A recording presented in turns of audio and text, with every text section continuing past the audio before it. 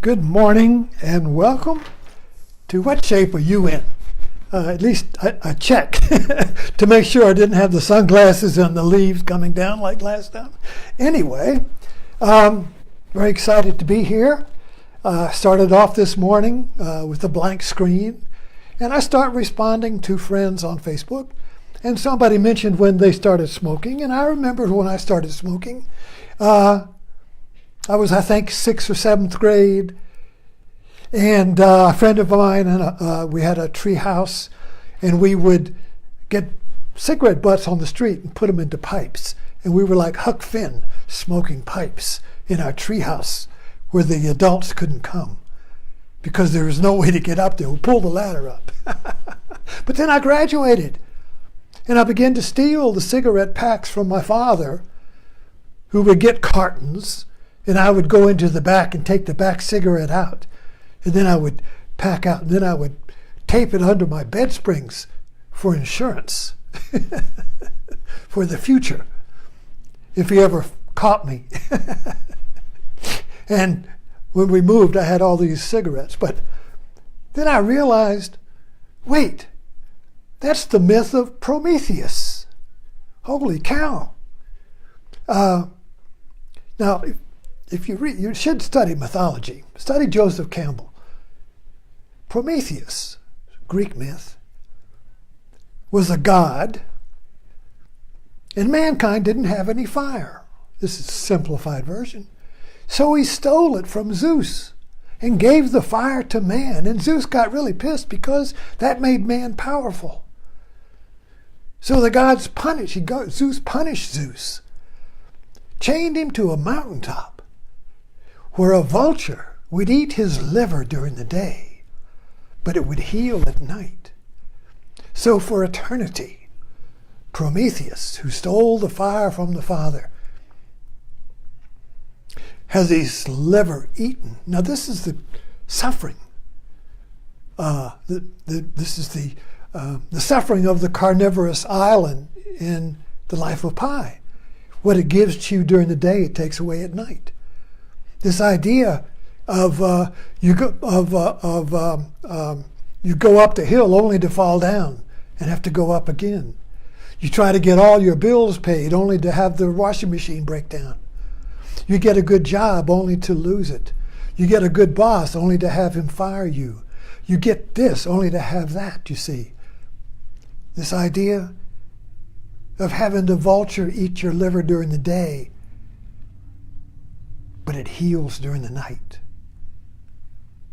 That's the world of Prometheus, the suffering.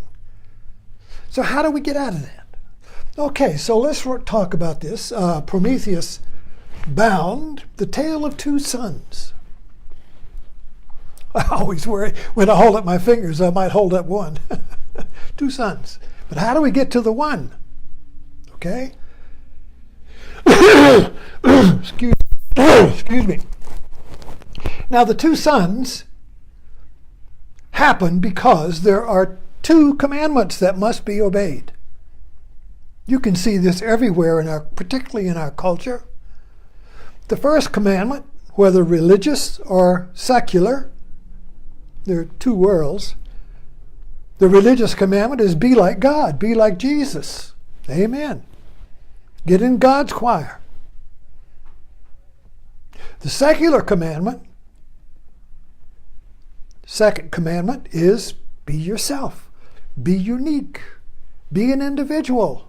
Be different. Follow your own dream. Don't copy anybody. Be an original. Be unique. That's a commandment of our society. It's everywhere. Everything we buy is to be unique. You see, everything we buy, everything is sold to us as a fulfillment of that commandment. Well, if you get this, you're going to be different. You're going to stand out. You're going to have this car. Whoa! Everybody will envy you. You'll be the leader of the pack. You see, so everything is being sold as a fulfillment of that commandment. But the other commandment is being sold too. Belong. Oh, now you're part of the crowd. Now you have finally mixed and become part of the family. Now the prodigal son has come back.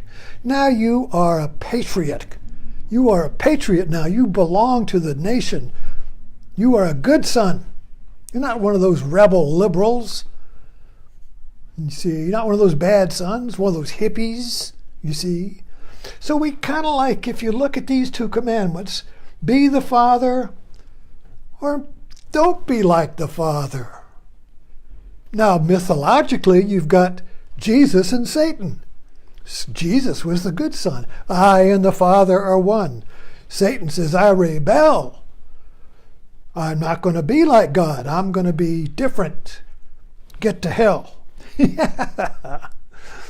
You see. So you got the good and the bad. The bad son is not like the father. He's a rebel. And we love the rebel. All of literature is made up of rebels.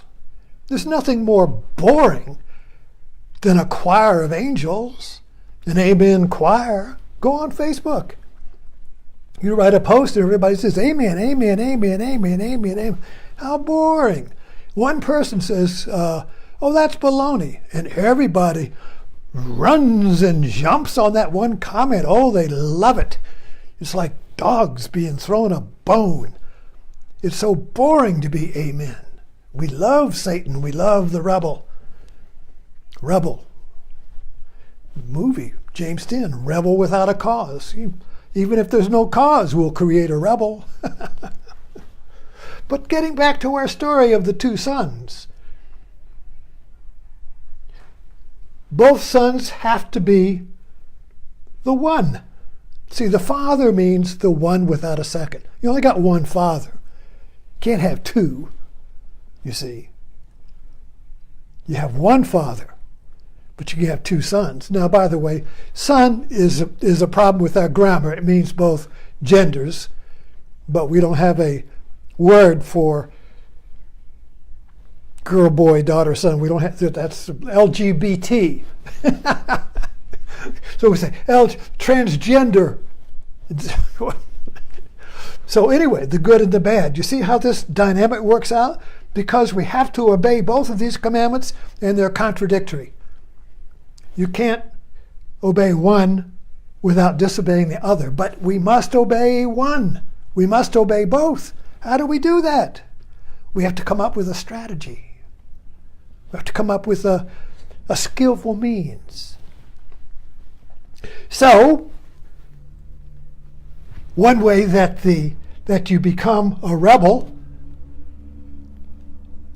and be good at the same time, you see, we have to be bad and good at the same time, is that we join groups or religions or political parties or cults or whatever we join that is rebellious, that's against the mainstream, and we belong to that group. That group then is our father. So I'm a good member of that group, but the group is a rebellion. So now I get to be a rebel and good at the same time. Problem solved, you see. If I can't solve this problem, I have anxiety, you see. If I can't answer both commandments, which I must, but I can't, that creates anxiety, ambiguity. I try to be good, but I turned out to be bad. I'm bad, but then I discover I'm good. So it's like this. And I keep bringing this up, so I hope you don't have to say, what is he showing there? The old hag and the princess. The old hag, nose, eye, princess. Left cheek, left eye, ear. Back and forth. Ambiguity. This is a Gestalt image for ambiguity. It's the two that is one. So the old hag is the bad son and the princess is the good son. Who am I? Well, if you focus on the princess, you can try this. If you focus on the princess, the old hag comes into the foreground. Then you try to hold the old hag and the princess comes up. Then you try to hold the princess and the hag comes by. So you oscillate. Wow, wow, wow, wow, wow. And you know what oscillation is, because when you hold a microphone next to an amplifier, it goes wow, wow, wow, wow. Turn it off, turn it off. So panic and anxiety is holding a microphone to an amplifier going wow, wow, wow, wow. So when you have an anxiety or a panic attack, which is extreme anxiety, when you have anxiety, mild or severe, it's because you're caught between these two commandments and you have to answer them both, but you can't. So we come up with a strategy, but we don't understand it because it comes back. The strategy can't hold. The strategy would be focus on the princess, you're the good, have positive thoughts.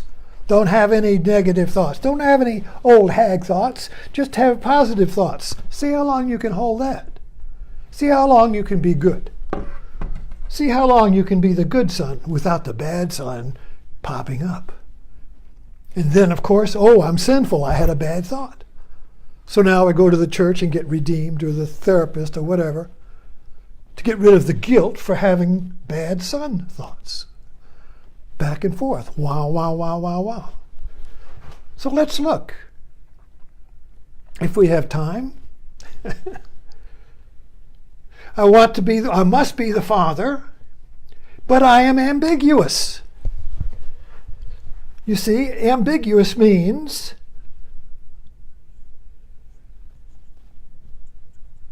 recognize that? Ambiguous means I am both good and bad. The old hag and the princess, the yin yang. But that's not the Father. See, the Father is one. Now, one means one. This is two. This is the two, you see. So, you see here we have I'm the one, I'm the good, or I'm the rebel, and I'll be the rebel. Bad. I don't want to go to heaven. I'll go to hell. I'm bad. Oh, I want to go to, whatever. Each one of these is a choice of the one, but it can't choose the one because the other one is there. So if you choose the one, the other one is going to come there because they're both the same one. They're both one picture. So what's the problem? Well, the problem is I misunderstand what the Father is. Now, what is the Father? The Father is a metaphor. See, when Jesus says, I am the Father of one, he doesn't mean some old man in the sky. The Father is a metaphor for the world, for existence, for your experience of the whole. When where you are, you're looking at me, you're in a whole room. You're not in two separate realities, you're in one reality. So you're always in one room of experience. Just like I'm in this room here in a big house, and I can go into another room, and then I'm in another one. Each room is a one. You see? So every moment is one. And that one is the Father. You see?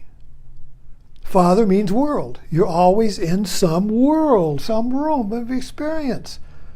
And you can expand, you can go through doors and discover more rooms, or you can drop the walls, but you're still in one room. No matter how big you expand it, you see. That's the one, that's the Father. Now, is it one? Or is it two? So what if the Father, what if reality is ambiguous? Think about that. When we perceive and see reality, we see it as fixed. Oh, this room is fixed. It's not some other room, unless I'm taking LSD. It's fixed. It's stable. I can hold on to something. It's not whoa, whoa, whoa. It's not going like that. It's fixed, you see. But it's my perception of it. And I say, it's this. It's not that. It's not some other room. It's got boundaries to it. It's fixed, you see. And I'm fixed because when I fix the world, I'm fixed, you see. I'm fixed. So I have to be fixed in order to be me. So where does the end? So this is a logical problem. We see our world according to classical logic, which is the logic of Aristotle. It's the logic of science. It's the logic of the external world. We no longer live in the Middle Ages. We no longer live in fairy Ireland, where everything. We don't live in a magical world. This is a marker. This is an eraser. It's not a rabbit. This is an eraser. It is not a digging tool. But wait. What if I was trapped in some ice and I needed to get out? And I would have this in my pocket. I'd be MacGyver. I would use this to dig out. Or if somebody attacks me, now I got a weapon. So this is ambiguous. This can be anything I want it to be, according to the situation. It's ambiguous. It's not always going to be a marker. It can be a digging tool. It can be a door jamb. It can be whatever I need it to be in a situation, so it's ambiguous. It is not going to be fixed as a marker forever and ever made by God, an eternal eraser, you see. It's ambiguous. So the world is ambiguous. It can be what we need it to be. And I create that. So the world is ambiguous. So maybe the Father is ambiguous. Maybe God is ambiguous. You ever try to pin God down? Well, that's what religion does. It takes the ambiguity out of God. It says God is not this or that. God is this. And I'm fixing myself on that. And that secures me from the terror of ambiguity. Because ambiguity is anxiety. We have to stabilize it. But we can't, because when we try to stabilize it, we make it unstable. When I try to be just perfectly good, I find out that I'm perfectly bad. And then I get into guilt. Oh, no, back in that. So the idea we're working on here is that the idea of the Father that we're supposed to be like is misunderstood, is limited. Reality is ambiguous because it's always changing. It's this or that. And then our society right now polarizes reality. So if I say this is a marker, somebody else will say, no, it's a tool. And then they will build a whole story about why this is a digging tool. And I will say, no, it's not a digging tool. It's a marker. And now we'll develop political parties over whether this is a marker or a digging tool. And I'll become an expert on either position. I will create scenarios where this is a digging tool. And I will create situations where this has to be a marker. This is ambiguous. It can go either way. But it's not magical in the sense that, oh, well, this is a spaceship. No. You can't argue that. But you can argue about its ambiguity in conditions, you see. So there's a dependence upon conditions on how far the ambiguity can go. The ambiguity is contained by conditions, but conditions are ambiguous. Conditions can mean this is great or this is terrible. Same conditions. This is wonderful. Oh my God, it's happened again. Same conditions, ambiguous. So the world is ambiguous. God is ambiguous. So now, if you want to be like God, be ambiguous. Don't lock yourself into being good or bad. Be good, bad. Be innocent, guilty. We are all innocent, guilty. We're all good, bad. We're all perfect, imperfect. We're all ambiguous.